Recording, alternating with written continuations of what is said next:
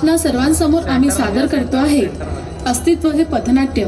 या पथनाट्याचे सादर करते मातृका फाउंडेशन रामटेक। या पथनाट्याच्या लेखिका आहेत डॉक्टर अंशुजा किंमतकर आणि दिग्दर्शन कुमारी योगिता गायकवाड। तसेच विशेष सहाय्य कुमारी श्रेया डांगरे।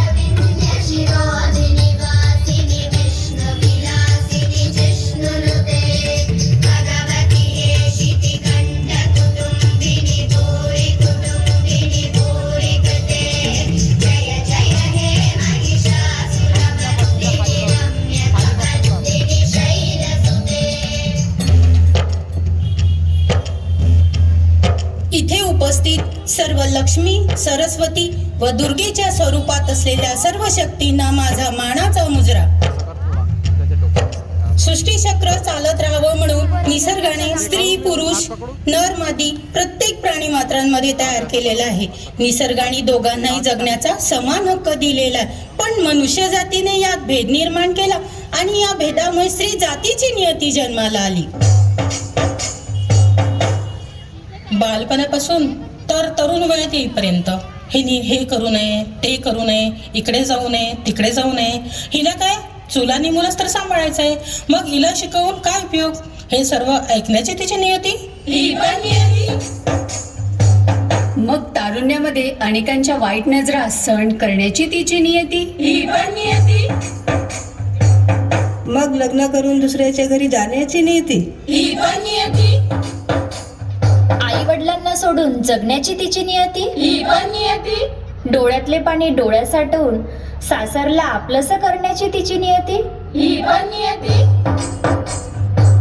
वंशाला कुलदीपक कुलदीपिका द्यायची, घरासाठी घरातील लोकांसाठी जीव ओतून काम करायचं, घराला हातभार म्हणून स्वतःच्या शिक्षणाचा उपयोग मिळकतीसाठी करायचा, तरी तिची इच्छा कोणी ग्राह्य धरू नये ही पण नियती।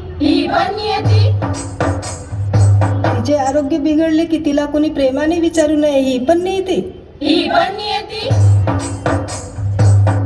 ती जर चुकली तर तिने घरात अपराधासारखं वागायचं, तिच्यावर सर्वांनी आवाज चढवून बोलायचं ही पण नियती।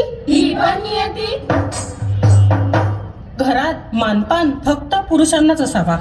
स्त्री कमावती असली तरी घरात तिचा अपमान होत असला तरी तिनेच आपली चूक स्वीकारावी ही पण नियती।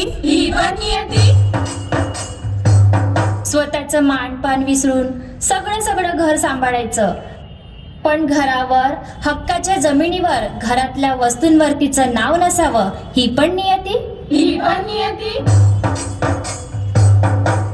ती कमाई करते पण तिचे म्हणून काहीच नसते ही पण नियती। मोठ्यांची शिकवण हीच असते, सारं सहन करा, ओठांना शिवून गप्प बसा तरच तुझा संसार चालायचा ग। ओठांना शिवून गप्प बसण्याची तिची नियती।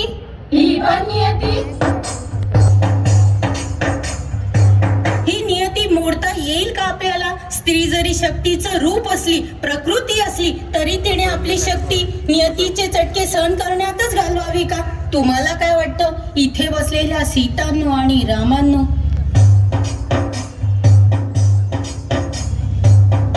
पुरातन काळापासून स्त्रीला शक्तीचं रूप मानलं जातं, तिचा मान राखला जातो। म्हणूनच तर आपण सीता राम राधे श्याम म्हणतो की नाही? शरीराला इजा झाली, वेदना झाल्या की आपण सहज काय म्हणतो? ऐक स्वामी तिन्ही जगाचा आई विना भिकारी, तिन्ही जगाचा स्वामी पण आईशिवाय भिकारी आहे। अशी ही आईची महिमा स्त्री शक्ती। अशी ही स्त्री मुलगी, बहीण, पत्नी, आई पण जन्माला आली की काय होते ते बघा। रागिणीला पहिली मुलगी असते आणि आता दुसरी पण मुलगीच झाली, तेव्हा तिच्या सोबत असणारे तिचे नातेवाईक काय काय बोलतात बघूया तर।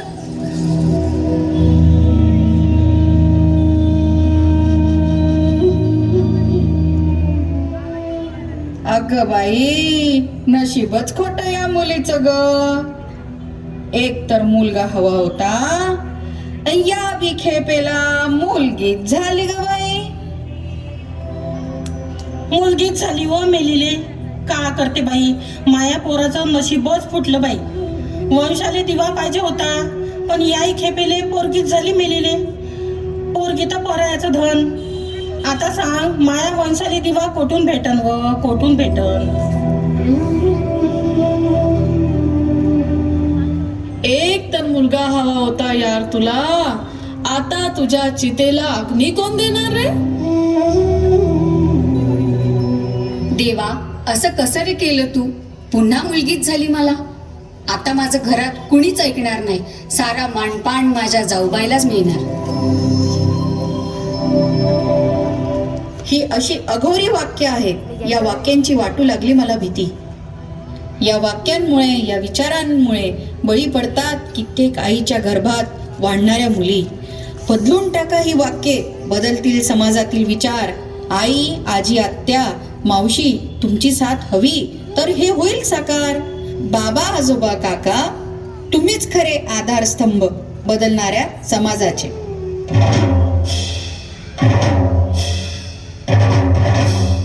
घरात सून अशी असावी, घराला घर पण देणारी, वंशाला दिवा देणारी, सासू सासऱ्यांची सेवा करणारी. घरात मुलगी जन्माला आली की घरात ती नको नकोशी याचा विचार करावा आपण. आई पाहिजे पण मुलगी नको, बहीण पाहिजे पण मुलगी नको, आजी पाहिजे पण मुलगी नको, पत्नी पाहिजे पण मुलगी नको. स्त्री सुलभ सर्वच नाती प्रिय आपल्याला. मग मुलगी का नको, का नको, का नको?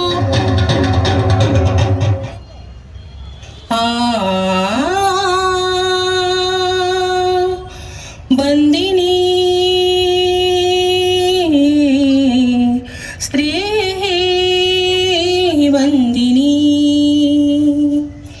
हृदयी पान्हा नयनी पानी, जन्मोजन्मीची कहाणी. बंदिनी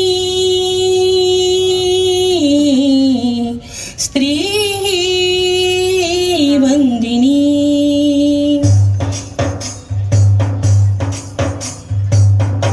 बघितलंच मंडळी, स्त्री पुरुष समानता. अहो, ही असमानतेची बीज आईच आपल्या मुलाच्या मनात पेरते बरं का. लहानपणापासून मुलाचं भारी कौतुक, त्याला सगळं हातात द्यायचं. हो नको काय ते सगळंच पाहायचं. आणि मुलींनी मात्र स्वतःची कामं स्वतःच करायची.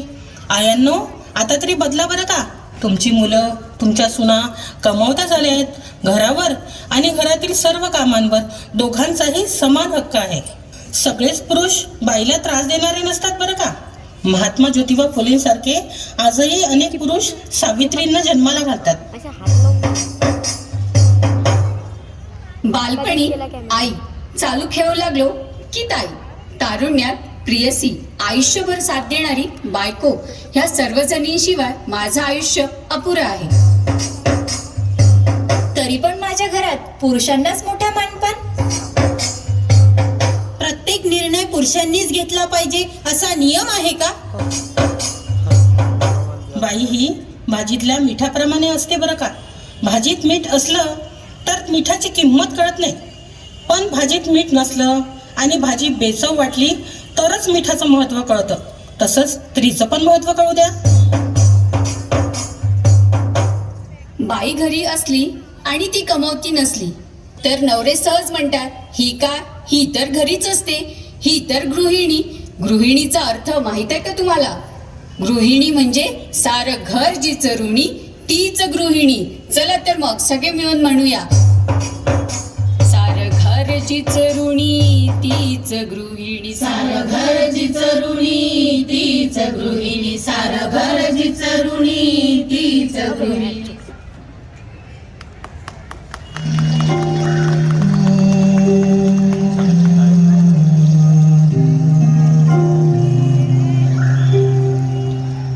निसर्गात पृथ्वी आणि आणि आकाशाचं जे नातं असतं तेच नातं स्त्री आणि पुरुषाचं पण आहे. मी पृथ्वी. मी आकाश. तुझं माझं नातं अतूट, मग हा भेदभाव का असावा? तुझ्या कुशीत बीज अंकुरतं, माझ्या पोकळीत ते वाढतं. तुझ्याकडून मिळतं त्याला छत्र, माझ्याकडून मिळतं त्याला छाया. दोघं मिळून घडवूया नवीन रोपटं. मग हा भेदभाव का असावा? का असावा? का असावा? हात दुखलं. साऱ्या वेदना तुझ्याच भाळी, मी मात्र सदैव सुरक्षित. तुझ्या वेदना माझी वंशवृद्धी, उदर तुझे, रक्त तुझे, दूध तुझे, पण मुलं मात्र माझ्याच नावाची. तुझं सगळंच माझ्या नावाचं, पण तुझी मात्र तक्रार नाही. तुझी ओळख माझ्या नावाची, मंगळसूत्र माझ्या नावाचं, कुंकूही माझ्याच नावाचं. माझ्याजवळ मात्र तुझ्या नावाचं काहीच नाही, याची मला गरजही भासत नाही. स्वतःची आई, वडील, भाऊ, बहीण सारं सारं सोडून आली माझ्यासाठी. आता मात्र तुला सांभाळायची माझी जबाबदारी. आता मला पण थोडं बदलायला हवं. तिच्या मनाचा तरी थोडा विचार करायला हवा. तिचं कौतुक तरी करायला हवं. तिला काय हवं नको ते बघायला हवं. वादात स्वर उंचावतात, शांतपणे मी तिला ऐकून घ्यायला हवं. पुरुष प्रधान संस्कृती सोडून माणूसपणाला मी जपायला हवं. पुरुषी अहंकार सोडून मीच आता बदलायला हवं. मीच आता बदलायला हवं. मीच आता बदलायला हवं. पुरुष पण बदलतील, आपण पण बदललो पाहिजे. चला तर मग सगळ्यांना विनंती करतो, याचं त्याचं न ऐकता स्वतःचा निर्णय स्वतःच घ्या. स्वतःच घ्या, स्वतःच घ्या, स्वतःच घ्या. कामाला जाताना स्त्रियांना काय काय अडचणी येतात ते आपण बघूया. Ticket ticket ticket. चला पुढे वा पुढे. अहो मॅडम सुटे द्या सुटे द्या. नागपूर रामटेक नागपूर रामटेक. चला. अरे यार, पाहणं मुलं किती चेंगळ करतात. थोडं थोडं मागे सरकायला लावायला. ओ काकाजी मागे सरका जरा. अबे ओ, ती काय मस्त दिसताय, पटवून का तिला? थांबायला नका, चांगली मद्दलच शिकवतो आता.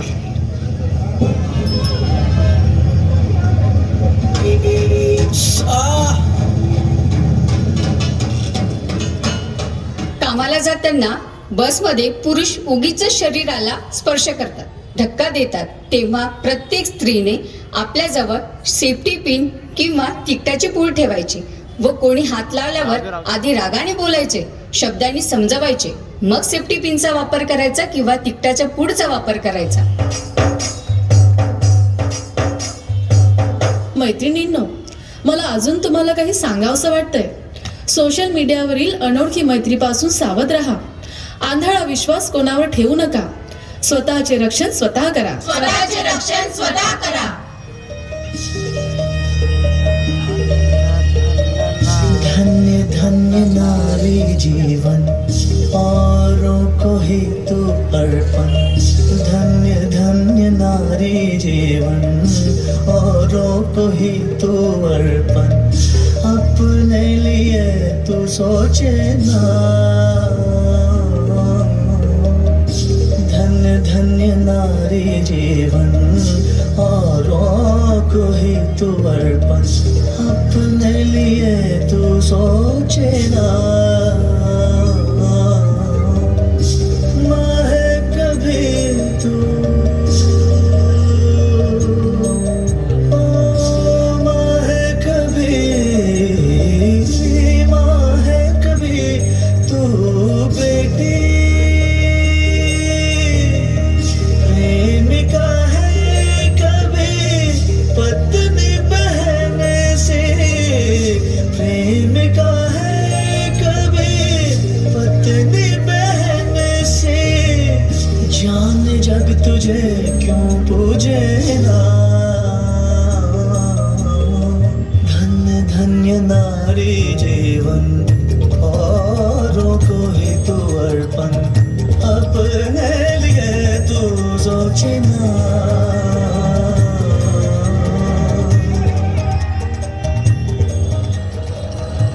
या पथनाट्याचे सादर करते मातृका फाउंडेशन रामटेक। या पथनाट्याच्या लेखिका आहेत डॉक्टर अंशुजा किंमतकर आणि दिग्दर्शन कुमारी योगिता गायकवाड। तसेच विशेष सहाय्य कुमारी श्रेया डांबरे।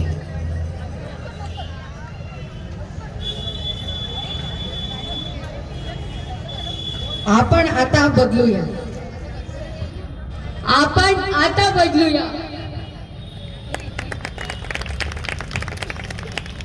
कलाकारांचा परिचय त्या स्वतःच करून देतील। या सगळ्या पथनाट्यात काम करणाऱ्या ज्या या सगळ्या कलाकार आहेत, या अंगणवाडी सेविका आहेत आणि यांच्यातली जी कला आहे तुम्ही बघितलीस, तर यांचा परिचय त्या स्वतःच करतील। मी अर्चना वाडी बसवे। झाली गेली त्याची मी रीना डोनारकर। मी रानू शेंडे। नमस्कार, मी अनुपमा विसने। मी ममता कोळपरे। तसेच आज सर्वांना जागतिक महिला दिनाच्या खूप खूप शुभेच्छा। धन्यवाद।